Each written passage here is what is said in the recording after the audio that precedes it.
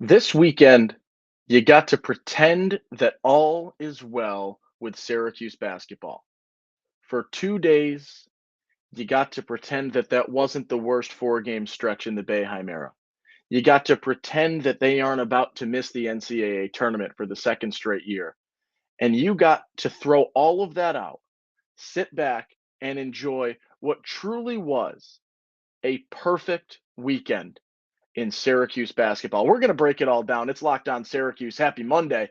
Let's get going. Are Locked On Syracuse, your daily podcast on the Syracuse Orange, part of the Locked On Podcast Network. Your team every day.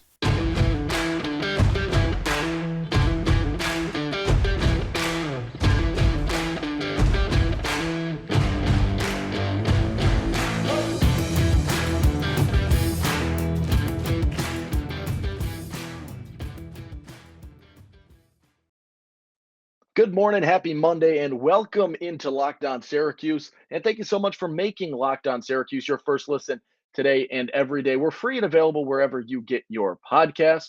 We're on YouTube as well. We got some video content for you as well today. A lot of fun in the books this weekend, and a lot of fun happening today to break it all down, revisit those conversations, and talk it all through. Syracuse played Wake Forest in the season finale on Saturday, the home finale, I should say. They close out the regular season. They head into the ACC tournament. They did secure that 8-9 game. They're playing at noon on Wednesday in their it's the second round technically. So they will play Wake Forest once again. We'll talk about that all throughout this week as we lead up to that game and preview the ACC tournament as a whole.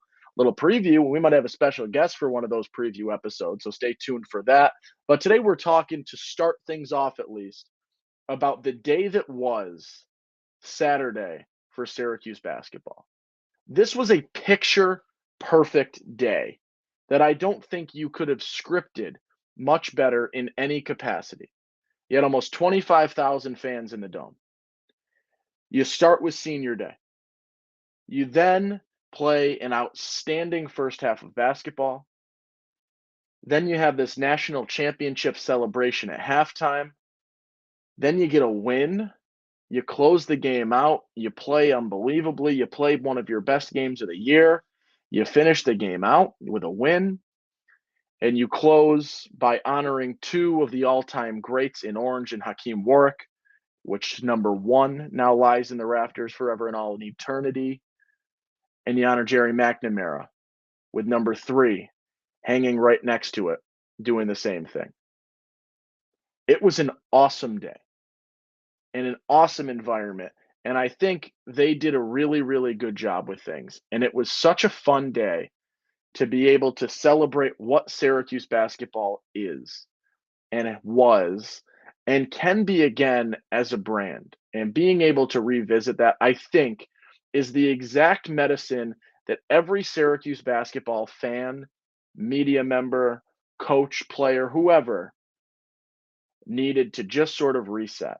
And being able to sit back and celebrate and have some fun and look the other way for a little bit, right? I'm not here to say that nothing is going wrong right now, but to have this week, or this weekend, I should say, to close out the regular season with all of these celebrations, it was truly fun to be able to celebrate and enjoy things and not have to worry about the four games that led up to this and not have to worry about the back-to-back years and not have to worry about some of the macro conversations, but to be able to sit and reflect and talk about how awesome things were. I think it started on Friday when Carmelo Anthony was talking about the community and the family that is Syracuse basketball and talking about all the players that came before that 2003 squad that set the precedent, that developed Syracuse basketball, that brought them to national relevance, into big time conversations, and creating a place where players wanted to play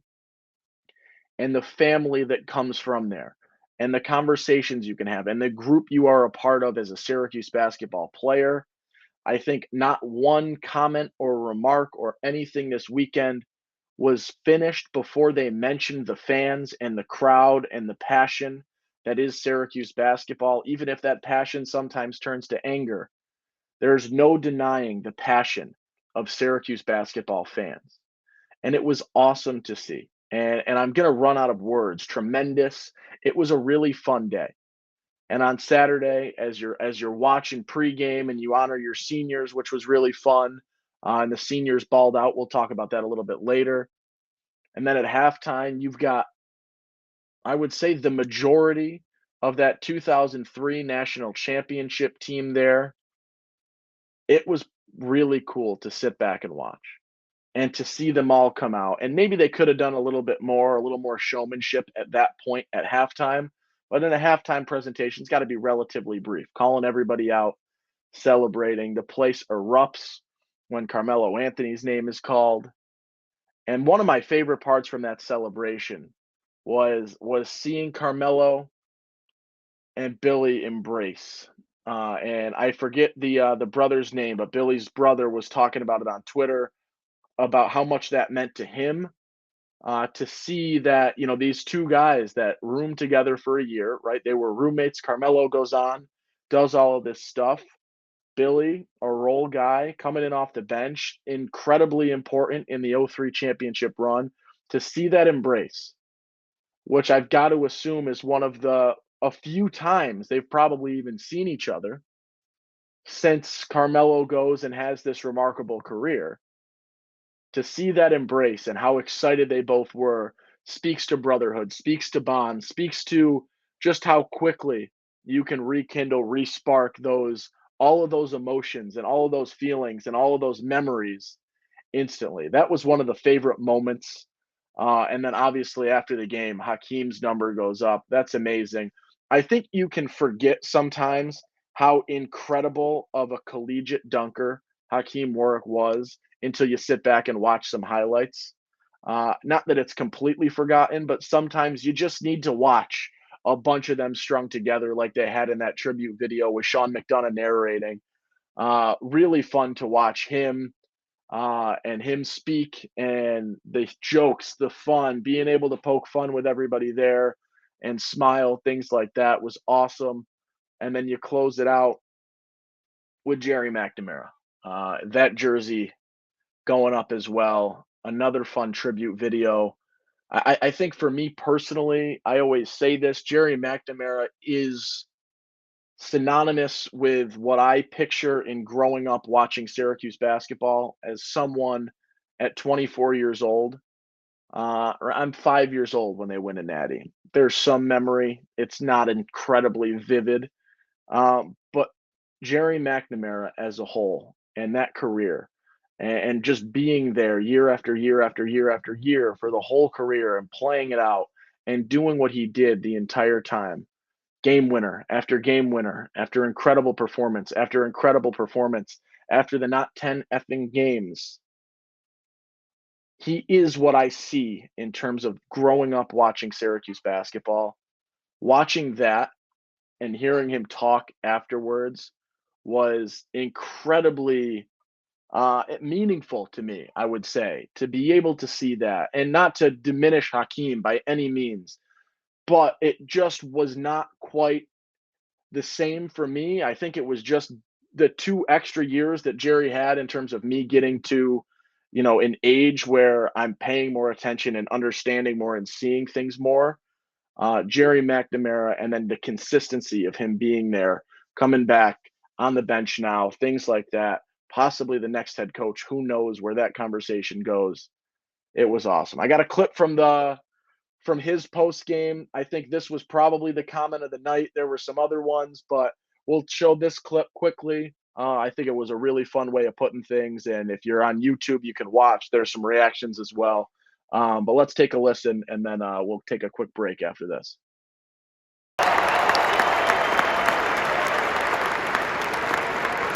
One of the reasons I'm out here is because I played with great players.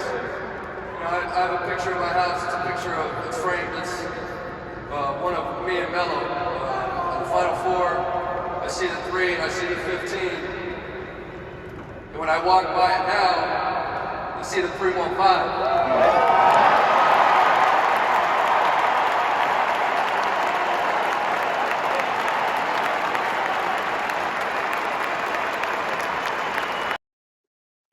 brings a smile to the face. It's fun. The 315, having that, you got the 3 up there, you got the 1 now with Hawk. You need the number 5. And I believe Jerry closed out. He's going to have a cold beer to celebrate tonight, as he very much deservingly should. It was an awesome celebration, and to have the win on top of things, I think lifted everyone's spirits up even more. It is fun to be able to have a day where you can recognize that history and celebrate a national championship with a team that, as Boeheim talked about in his comments and in the post-game press conference, a team that was a team, and so many guys that just wanted to win and do anything that they could to win, and stories and players and ballers, all of that combines to what is, as Boeheim said, the highlight of a half century career. All right, let's take a quick break. We'll talk the game after this, a little bit more on the celebrations. But before that, let's hear from our friends over at Built Bar. If you're looking for a delicious treat, but you don't want all those fat and calories, you got to try a Built Bar. What makes Built Bar so good? Well, for starters, they're covered in 100% real chocolate. That's right, it's real chocolate with unbelievable flavors like churro, like peanut butter brownie, like coconut almond. I'm not sure how Built does it, but these bars taste like a candy bar while maintaining amazing macros. And what's even better is they are healthy. Only 130 calories, 4 grams of sugar, and 17 grams of protein. It's like one of them nasty protein shakes, except it's delicious. It's covered in chocolate. And now you don't need to wait around to get a box for years. We've been talking about ordering your Built Bars at Built.com. You can still do that, but now you can get them at your local Walmart or Sam's Club. That's right. Head to your nearest Walmart today. Walk to the pharmacy section. Grab yourself a box of Built Bars. There's a 4-bar box of cookies and cream, double chocolate or coconut puffs. Or if you're around town with the Sam's Club, run in there, grab a 13-bar box with our hit flavors, brownie batter and churro. And then you can thank me right afterwards. Thank me later. All right. We talked the celebration. We talked number 1, hanging in the rafters. We talked number 3, hanging in the rafters. We talked the 2003 national championship team getting embraced, celebrated, welcomed back. There was the watch party on Friday. They did the honoring at halftime on Saturday, post game, whatever. Everyone was there. It was so fun to see all of that. And then the other alums that came back, they put up on the video board, there had to have been 50 or 60 other named former players on that board, and that might not even be a comprehensive list, in all honesty. There were so many players there because of what that celebration in terms of halftime means and what the jersey retirements mean in terms of Syracuse basketball as a whole. And even in the struggles, that many people from that community that is Syracuse basketball coming out to show their support, to give an applause. It was incredible to see the environment, the throwback merch. I had the vintage tee on that I got from Scholars and Champs. That was fun. The vintage '03 tee I had on. There was the 2003 national champions posters everywhere. There was a new post release. It was awesome. And what made it even more awesome, and he gave the ability for everybody to have truly an incredible time and not be worried and not have it be a little awkward and not have the crowd leave early, is that the Syracuse basketball team came out and played what might have been their best game of the season. After a 4-game skid of 17+ point losses, a 4-game skid where you averaged 14.75 threes allowed, a 4-game skid where you not only lost NCAA tournament chances, but NIT tournament chances. Syracuse comes and plays what might have been their best game of the year. And they're going to need to do it again because they play Wake Forest on Wednesday at noon in the first round of the ACC tournament. But what we saw on Saturday was the single best performance you might ever see from Jesse Edwards, and one of the best all-time games in terms of a stat line from a Syracuse big in its history. And I'm not BSing you there. Jesse Edwards, 27 points, 20 rebounds, 5 steals, 2 blocks. First time you've had a 2020 guy for Syracuse since 2009 with Paul Harris in the 6 overtime game. You had Coleman do it a couple times as well in his career, right? This is not a frequent thing that happens. And Jesse Edwards went 27 and 20. He was playing aggressive. He was having fun. It was the last glimpse of the Flying Dutchman in the Dome. What a way to close out a career for Syracuse. It was tremendous to see him play with that sort of aggression, that confidence, that I am better than you mentality that he sometimes loses. It was 1000% there on Saturday. Nonstop, start to finish. He got rebounds at will. He scored baskets at will. He put the ball on the floor and dribble penetrated to score. He was hitting thunder dunks, alley-oop layups, hook shots, bank shots, fadeaway shots. He scored when he wanted to score. And I hope he does it the rest of the year. Because if he can do that in the ACC tournament, this team can give anyone a run. He's got that. And I think a lot of people were asking to see that. Show me that game where Jesse tells the world, I am that guy, and plays with it. And he was getting interviewed by, I believe it was Quadir Copeland. I can't see the video right now. I think Quadir Copeland was interviewing him after the game as a little joke but serious interview. And Jesse was he had that swagger to him, that Conor McGregor walk, that I am better than everyone. And that's what you need from him. You need him to have that confidence, that size advantage, which he didn't even truly have because Wake Forest, they have some size as well, but Jesse was able to get them into some foul trouble as a whole. It was fun to see Jesse Edwards play at that level. And if it's the last time I see him play in the Dome, what a way to go out. What a way to go out. Yes, there is a chance, right? He has another year of eligibility. He could come back. Will it happen? I don't know. But if that's the last time you see Jesse Edwards in the Dome, talk about a farewell. Because that was perfect. From a guy that came in as an okay player and grew and developed into something that is, the second leading rebounder in the ACC. And a guy that is an issue when he's playing well. The growth you've seen from him is outstanding. Another game in terms of seniors. Joe Girard struggled from deep in this game, 1 for 7 from 3, but still found himself with 16 points, able to score a little bit in transition, had a couple of nice finishes at the rim. The mid-range game was working. Outside of the 3-ball, he was 5 for 11, which is not terrible for him, 3 for 4 from the line. Probably his last game in the Dome as well.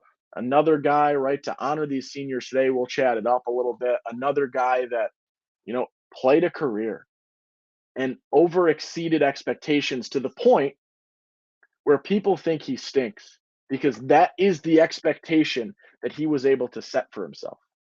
That is the level he plays at, that when he is playing and averaging 16 points a game, we think that's a disappointment because those are the expectations that he is able to set for himself. And you can say what you want. Does he take a bad shot here and there? Yes. Does he turn the ball over sometimes? Yes. Is he the best defender you've ever seen? No. But is he the number 1 scorer on this team right now? Yeah. Is he a top 5 scorer in the ACC? Yeah. And was he an outside of the top 200 recruit that was maybe supposed to be a role player off the bench at Syracuse? Yes, he was. This is a guy that was supposed to be a bench player who turned into a 4-year starter. That's transition, that's growth. And I hope, whatever he chooses to do in year 5, I wish the guy the best. Because I think it would be fun if he transfers to maybe a lesser school and a mid-major and just goes and chucks and turns into a Jimmer type player where he can be the scorer that shoots as many times as he wants. I wish this kid the best, right? You got some other seniors in there as well. I would be remiss if I didn't talk about John Bull, my favorite. I'm going to try, and I'm going to put this out there to try and manifest it. His DMs are closed, so I got to find another way to contact him. I want John Bull on the show. I want to have an episode with him after the season, whenever we can, just because he has been one of my favorite guys on this roster. See the way he embraces everything. I gave the Chris Elmore nod in terms of a football comparison. He just is what you want in a teammate. Will do anything, can do anything. If you tell him to play today, he's down to play. He will give you every ounce of humanly possible effort. Can he score? Not great. But is he going to get boards? Is he going to get steals? Is he going to hustle like no one else you see on the court? 100%. And that reflects in him as a teammate on the bench. He goes crazy every time Syracuse scores a basket, and it is so much fun to watch, and it will be missed as he enters the transfer portal. Good for him. Guy's got a master's degree from Syracuse. Okay, go do what you want. Go get some minutes. Go play and enjoy your last year. I think he might even have 2 years of eligibility left. Go enjoy it. Have some fun. Thank you for what you did here. It was a fun game. Syracuse goes nuts. They played solid defense, and the defense turned into offense. And they were getting out in transition, and they were running the offense, and they were moving the ball, and they were scoring because they were able to get some stops. And did did Wake Forest play their best game of the season? By no means. Shot 30% from three. They shoot 38% from three as a squad, or maybe a little less than that. But you got to win. You won a big game. And you once again remind people that, yes, there's some bad games that this team plays, but this team can also come out and beat you any day, any game, any location when things are on and they are moving the ball, they're playing some defense, and they're doing their thing. That team has what it takes to win basketball games. And that's why I think you can't quite write off the ACC tournament just yet. Do I think they're going to win the ACC tournament? No. But would I want to play Syracuse if I'm Miami, the 1 seed, knowing the potential that Syracuse has in terms of being able to go out and win a game? I'm not so sure. Because Syracuse can do it, and they have done it in certain games, right? They've been able to do it, and they played a really close game with Miami. And they did some big things, and they were able to give them a run. ACC champion. They can do it. A couple more things to close out this episode.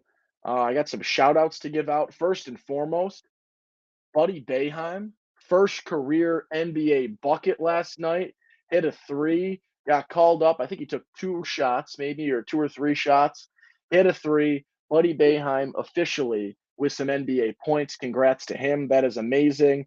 I'm recording this before the men's lax game, so hopefully they knock off. I believe they play Duke today, a top Duke team. But women's lax today advances to 6-0 on the year. They are having a tremendous season. They're incredible. If you like lacrosse in any capacity or think you might like lacrosse, they're worth watching play. They're dominant. They're fun. They're exciting, and they have a good time out there. Women's basketball, a little nod to them. They did lose the first round of the ACC tournament. They are currently on ESPN's projection in the first 4 out of the NCAA tournament. Their selection show is the 12th of March, so keep an eye out on that. They need some things to go in their favor, but they are right there. Wishing them the best. And the last thing to talk about today is Syracuse is in the conversation right now. They're in the top 3 for Marcus Adams, who we had on here a couple of weeks ago. They're in the top 3 for Marcus Adams. And I will say, they have some stiff competition. You got 2 top 10 teams in this conversation with UCLA, Kansas, and Syracuse in the top 3. Decision is Tuesday, so when this comes out, the decision will be tomorrow. Syracuse got there first. Syracuse recognized something in him. I will say that. That goes a long way the California kid.